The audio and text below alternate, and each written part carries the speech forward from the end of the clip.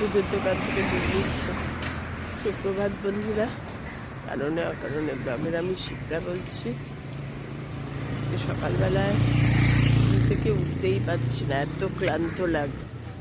আসলে আবৃত্তি ক্লাস থাকলে দুপুরে একটু রেস্ট হয় না তো, আর এখন ক্লাস একটু গতকালের ক্লাস ছিল একটু তাড়াতাড়ি, যার জন্য আরও বেশি কষ্ট হয়েছে। তোমরা সবাই কেমন আছো গো এই গরমে? সবাই গরমের জায়গায় নেই, যারা দেখছো কেউ কেউ গরমে বড্ড কষ্ট গো। এখন একদম ধৈর্য কমে গেছে। বাইপাসের রাস্তায় হাঁটতে বেরিয়ে নিয়ে এখন বাড়ি চলে যাব। বেশি হাঁটি না, প্রচণ্ড ঘাম হচ্ছে। যা হয় আর কি আমাদের এখানে এখন 6:05 বাজে, তাতেই দেখো সকাল কত মনে হচ্ছে 8টা বাজে বলে।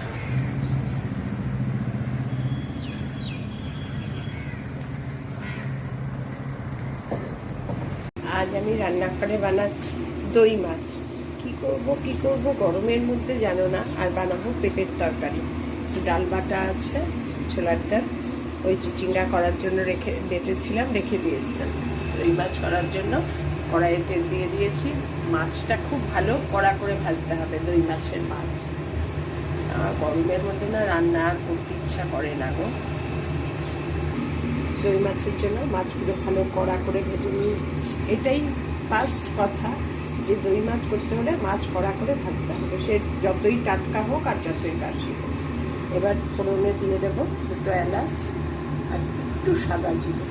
আর দই মাছের নিয়ম হচ্ছে আসল যে সব কিছুর রস দিতে হয়, পেঁয়াজের রস, রসুনের রস, আদার রস। কিন্তু এখন তো আর সেটা সম্ভব না।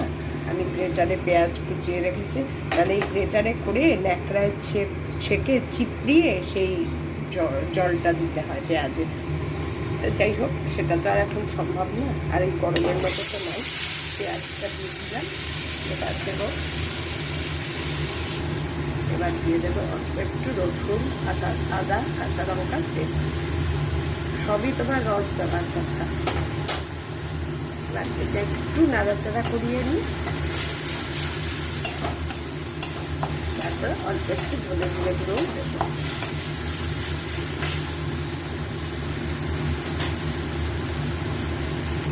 পেঁয়াজটা একটু ভাজা হয়ে গেছে, খুব বেশি ভাজার দরকার নেই, একটু তেলে নাড়িয়ে যাই।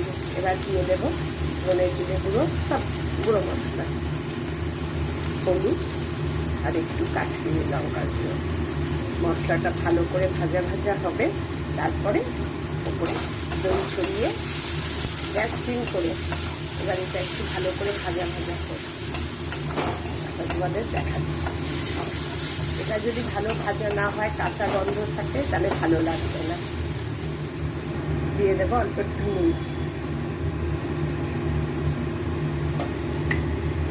নুনটাই দিয়েছিলাম। এটা ভালো করে কষা নেবো, মিডিয়াম টু লোতে করে কষাচ্ছি, নাহলে পুড়ে যাবে। ভালো করে তেল ছেড়ে আসবে। মশলাটা দেখো এরকম কষানো হয়ে গেছে। এবার দিয়ে দেবো দইটা আগে থেকে ফেটিয়ে রেখেছি। একদম ক্রিমি টেক্সচার করে নিতে হবে দইটা, ভালো করে ফেটিয়ে। আর গ্যাস সিমের মধ্যেই দিতে হবে দইটা। দই দিয়ে ব্যাস। এবার দইয়ের পাত্রটাও ধুয়ে জল দিয়ে দেবো।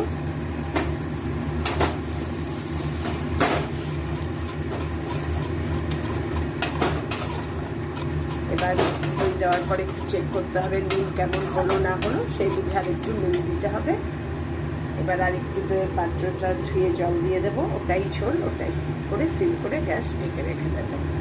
দই দেওয়ার পর একটু নুনটা চেক করলাম, দেখলাম নুনটা ঠিকই আছে। এবার মাছ ভাজাগুলো দিয়ে দেবো। দিয়ে গ্যাসটা একটু বাড়াবো, বেশি বাড়াতে ভয় লাগে আবার, দই দেওয়া তো। এই ঝোলটা আর বাড়াচ্ছি না, বাড়ালে কি বলো তো ঝোল থেকে যায়, কেউ খায় না, ঝোলটা ফেলে দিতে হয়।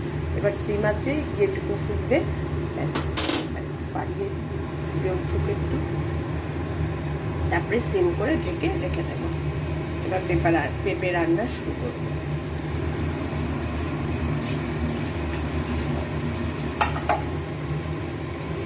ফুটে গেছে দেখো ভালোভাবে, এবার সিম করে দেবো। একবার ফুটে গেলেই হলো, এবার সিম আছে, হতে থাক। ঢেকে দেখে কমপ্লিট আমার দই মাছ। আজকে পেঁপের তরকারি করব ডালের বড়া দিয়ে। ডালটাকে একটু কালো জিরে আর নুন দিয়ে মেখে নিয়েছি। এবার ছোট্ট ছোট্ট করে, একদম বেশি বড় না, ছোট্ট ছোট্ট করে বড়ি কাটবো। এটাই ঝোলে দিলে অনেক বড় হয়ে যাবে। বড়া করে নেব।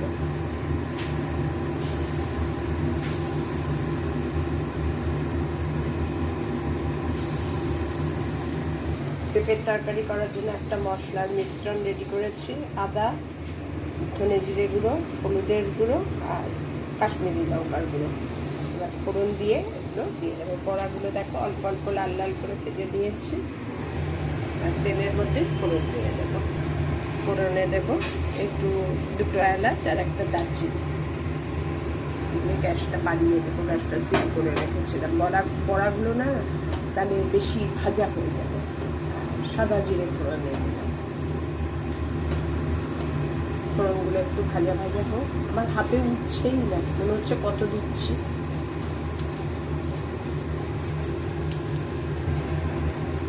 ফোড়নগুলো সব মোটামুটি ভাজা হয়ে গেল। দিয়ে দিলাম 2টো কাঁচা লঙ্কা।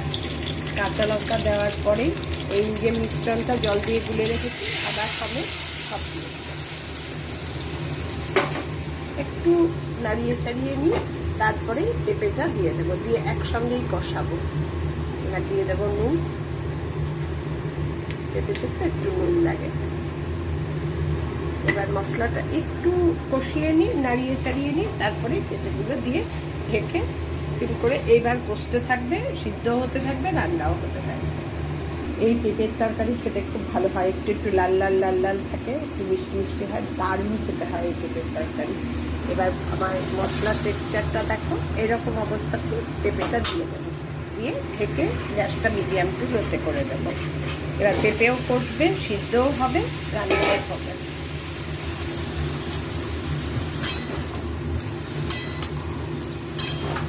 কি খাবো ভেবে পাচ্ছি না, কিন্তু এই পেঁপের তরকারি করলে সবাই খাবে না।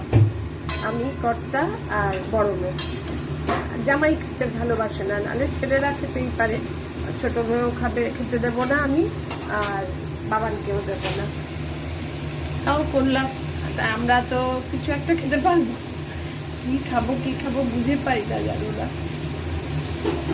মশলাটা দেওয়ার পর একটু নাড়িয়ে চাড়িয়ে পেঁপেগুলো দিয়ে ঢেকে দিয়েছিলাম। এবার দেখো টেক্সচারটা এরমভাবে কষানো হয়ে গেছে।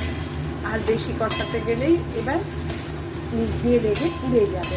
এই মোটামুটি মশলার সমেত পেঁপেটা কষানো হয়ে গেছে। পেঁপেটা অর্ধেক সিদ্ধ হয়ে গেছে। এবার গরম জল বসিয়ে দিয়েছি ইন্ডাকশানে। ফুটে উঠেছে একটুক্ষণে। এই গরম জলটা দিয়ে দেবো, দিয়ে ঢেকে দেবো। আবার হবে সিম আছে। এটাই ঝোল, এটাই সব কিছু।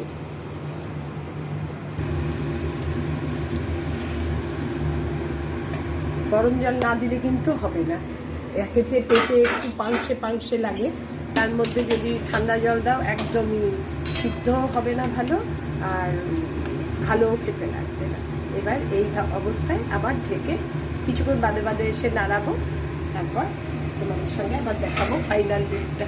এইভাবে পেঁপে আমি রান্না করি, তাতে টেস্ট দারুণ হয়।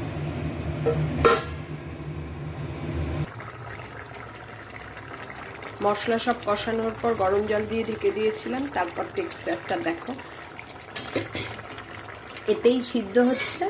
এবার গ্যাসটা বাড়িয়ে দিয়েছে, এতটাও ঝোল রাখবো না, একটু মাখো মাখো টাইপ করবো। মোটামুটি সিদ্ধ হয়ে গেছে। প্রেশারে একটা সিটি দিয়ে একটু ফুসফুস করে নিলেও হতো, কিন্তু কি বলতো, তাহলে এত সুন্দর টেস্ট আসে না। সেই জন্যই করিনি।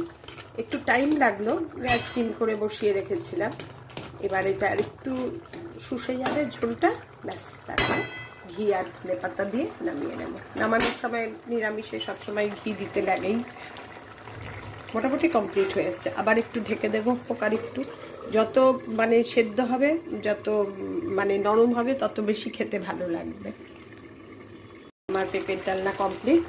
এবার এই যে ভেজে রেখেছিলাম যে ডালের বড়াগুলো, ওগুলো দিয়ে দেবো। এগুলো দিলেই ঝোল কমে যাবে।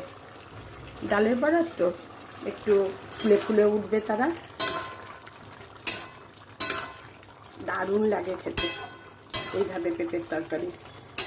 প্রেশারের সিটি দিলে অতটা টেস্ট হয় না। এবার দিয়ে দেব ঘি নামানোর সময়। এবার অফ করে দেবো গ্যাস। ঘি দিয়ে নাড়াবো না আর, এভাবে ওপর ওপর দিয়ে দেবো। যখন পারবো তখন আবার নাড়িয়ে বাড়বো। আমি আর আলু দিলাম না কিন্তু পেঁপেতে, যেহেতু আমরা আলু খাই না। আর দিয়ে দেবো ধনেপাতা। অসম্ভব ভালো লাগে এই পেঁপের তরকারি দিয়ে। একটু গন্ধ লেবু থাকুক, এমনি লেবু থাকুক, দিয়ে আর কিচ্ছু লাগবে না আমাদের। আমার পেঁপের তরকারি কমপ্লিট। কেমন লাগলো জানিও, আমার রান্না কেমন লাগে। রান্না কমপ্লিট, এবার স্নানে চলে যাব। টাটা।